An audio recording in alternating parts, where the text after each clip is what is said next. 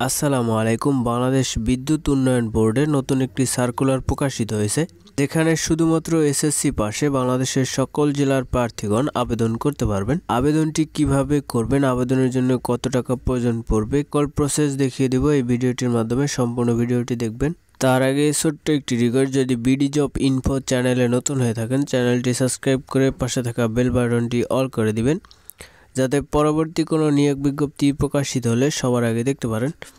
তো এখানে দেখতে পাচ্ছেন বাংলাদেশ বিদ্যুৎ উন্নয়ন বোর্ড কর্মচারী পরিদপ্তর নিয়োগ বিজ্ঞপ্তিটি দেখতে পাচ্ছেন। বাংলাদেশ বিদ্যুৎ উন্নয়ন বোর্ডের অধীনে রাজস্ব খাতভুক্ত সাহায্যকারী পদে জাতীয় বেতন স্কেল 2015 এর 19তম গ্রেডে 8,250 থেকে 20,570 টাকা বেতন স্কেলে নিম্নবর্তিত শর্তে অস্থায়ী ভিত্তিতে নিয়োগের ও আপেক্ষমান তালিকা তৈরির নিমিত্ত বাংলাদেশের প্রকৃত নাগরিকদের নিকট হতে এই ওয়েবসাইটে অনলাইনে দরখাস্ত আহ্বান করা যাচ্ছে। এখানে পদের নামটি দেখতে পাচ্ছেন সাহায্যকারী। পদের সংখ্যা 1596টি পদসংখ্যা রয়েছে। এখানে বেতন স্কেল 8,250 থেকে 20,570 টাকা পর্যন্ত।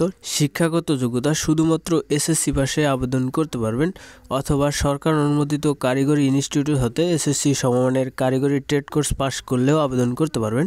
পুরো পরীক্ষাতেই দ্বিতীয় বিভাগ শ্রেণী বা সমমানের জিপিএ থাকা যাবে না।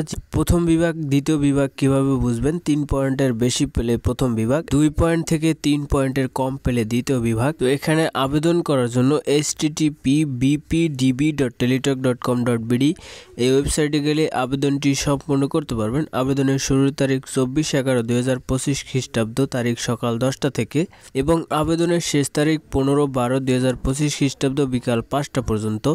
আবেদনের জন্য 300x300 পিক্সেলের রঙিন ছবি, 300x80 পিক্সেলের স্বাক্ষর প্রয়োজন পড়বে।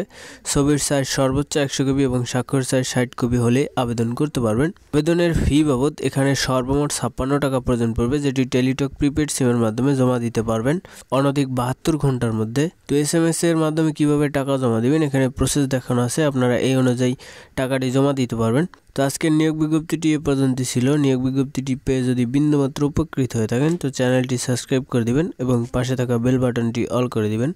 ধন্যবাদ।